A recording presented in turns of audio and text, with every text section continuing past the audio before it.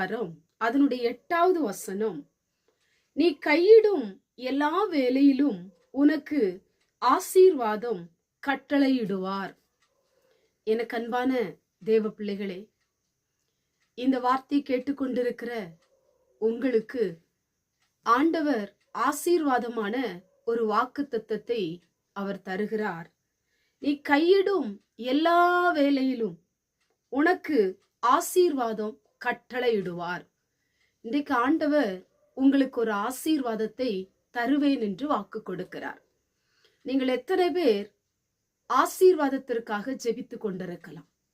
எனக்கு ஒரு ஆசீர்வாதம் வேண்டும், என் பிள்ளைகளுடைய வாழ்க்கையிலே ஒரு ஆசீர்வாதம் வேண்டும், நான் வேலை செய்கிற காரியத்திலே எனக்கு ஒரு ஆசீர்வாதம் வேண்டும், என் குடும்ப வாழ்க்கையிலே எனக்கு ஒரு ஆசீர்வாதம் வேண்டும், என் பிள்ளைகளுடைய படிப்பு காரியத்துல எனக்கு ஒரு ஆசீர்வாதம் வேண்டும், என் பொருளாதாரத்துல, என் வீட்டுல எனக்குண்டான எல்லாவற்றிலும் ஒரு ஆசீர்வாதம் வேண்டும் என்று சொல்லி நீங்கள் எதிர்பார்த்து தேவ சமூகத்திலே நீங்கள் வேண்டுதல் பண்ணி கொண்டிருக்கலாம்.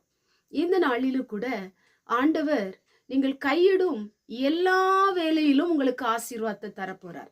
நீங்க என்னென்ன வேலை செய்றீங்களோ அந்த வேலையிலெல்லாம் கர்த்தருடைய ஆசீர்வாதம் கடந்து வரப்போகிறது.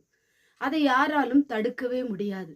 ஒருவேளை உங்களுடைய ஆசீர்வாதத்திற்கு தடையாய் நிறைய மனிதர்கள் எழும்பி நின்றாலும், நிறைய மனிதர்கள் சூழ்ச்சி பண்ணினாலும், எதிராய் செயல்பட்டாலும் அந்த கிரியைகள் எல்லாம் செல்லாமற் போக பண்ண பரிசுத்த ஆவியானவர் கிருபை செய்ய போகிறார்.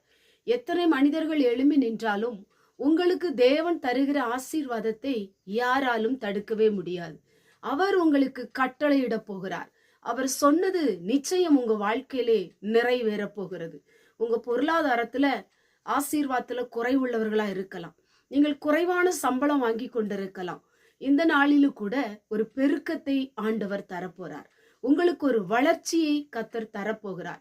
நீங்கள் பலுகி பெருகி ஆசீர்வாதத்தை சுதந்திரிக்கும்படி தேவன் உங்களை ஆசீர்வதிக்க போகிறார். ஒருவேளை இந்த மாசத்துல நீங்க குறைவான சம்பளம் வாங்கி கொண்டிருக்கலாம். கர்த்தர் இந்த மாசத்துல கர்த்தர் உங்களுடைய குறைவுகளை பார்த்து உங்களுக்கு ஒரு நிறைவான ஆசீர்வாதத்தை கர்த்தர் தரப்போறார். வருகிற மாதத்துல உங்களுக்கு ஒரு உயர்வை கொடுக்க போகிறார். ஒரு சம்பள உயர்வை கொடுக்க போகிறார். எந்தெந்த காரியத்துல வேலை செய்றீங்களோ அதுல ஒரு பெருக்கத்தை நீங்கள் பார்க்க போகிறீர்கள். ஒரு வளர்ச்சியை பார்க்க போகிறீர்கள். மிகுதியான ஒரு ஆசீர்வாதத்தை நீங்கள் பார்க்க போகிறீர்கள். ஆண்டவர் குறைவுகளை மாற்ற போகிறார். கஷ்டங்களை மாற்ற போகிறார்.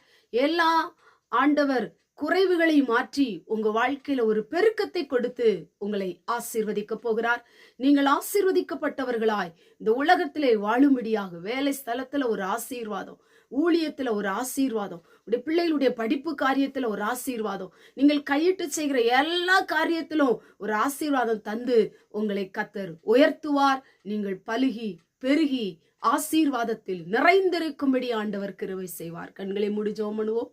எங்கள் பரிசுத்தமுள்ள நல்ல பிதாவே, கேட்டதான வசனத்தின் மூலமாய் ஆசீர்வாதத்தை கட்டளையிடுகிற தகப்பன் ஆண்டவரே, உம்முடைய பிள்ளைகள் ஆசீர்வாதத்திற்காக ஜெபித்து கொண்டிருக்கலாம்.